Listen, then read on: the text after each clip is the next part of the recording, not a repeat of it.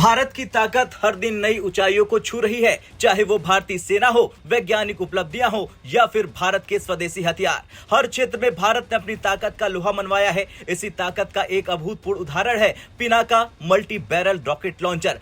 हाल ही में भारतीय सेना ने पिनाका रॉकेट के लिए 10,200 करोड़ रुपए के एम्यूनिशन की खरीद का बड़ा फैसला लिया है। यह फैसला भारत की रक्षा प्रणाली को और मजबूत बनाने की दिशा में एक ऐतिहासिक कदम है। बता दें कि पिनाका एक multi barrel rocket launcher system है जिसे डीआरडीओ ने विकसित किया है। इसका नाम शिव धनुष पर रखा गया है। 1986 में इसे डिजाइन किया गया था और 1994 में इसका प्रोडक्शन शुरू हुआ था। पिनाका को पहली बार 1999 में कारगिल युद्ध में इस्तेमाल किया गया था, जहां इसने अपनी ताकत और सटीकता का परिचय दिया। ऊंचे पहाड़ों पर पिनाका की परफॉर्मेंस इतनी बेहतरीन रही है कि रशिया के ग्रेट BM-21 रॉकेट सिस्टम को हटाकर इसे सेना में शामिल किया गया है। चलिए अब जानते हैं कैसे काम करता है भारत का पिनाका। दरअसल पिनाका रॉकेट लॉन्चर एक बार में 12 रॉकेट दाग सकता है और वो भी मात्र 44 सेकंड के अंदर। एक ट्रक पर 3 बैटरियां लगाई जाती है और हर बैटरी में 6 लॉन्चर होते हैं, यानी एक ट्रक में कुल 18 लॉन्चर होते हैं। जब ये सभी लॉन्चर सक्रिय होते हैं तो दुश्मन का पूरा इलाका मात्र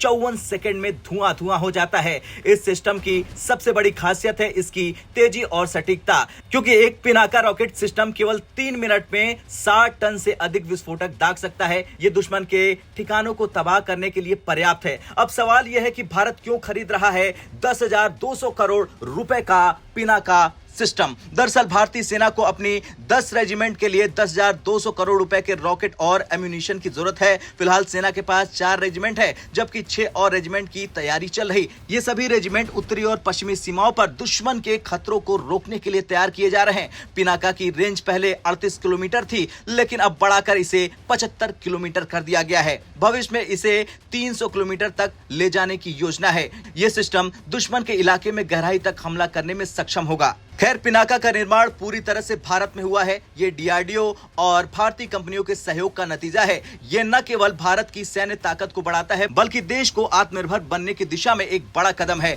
10,200 करोड़ रुपए के इस रक्षा सौदे के साथ भारत ने साबित कर दिया कि वो न केवल अपनी सीमाओं की रक्षा के लिए सक्षम है, बल्कि वैश्विक स्तर पर भी एक रक्षा सुपर पावर बनने की ओर आगे बढ़ा। अब आपका क्या कुछ कहना है जिस तरह से ये फैसला लिया गया है, उसे लेकर कॉमेंट कर जरूर बताएं। ब्यूरो रिपोर्ट, भारत तक।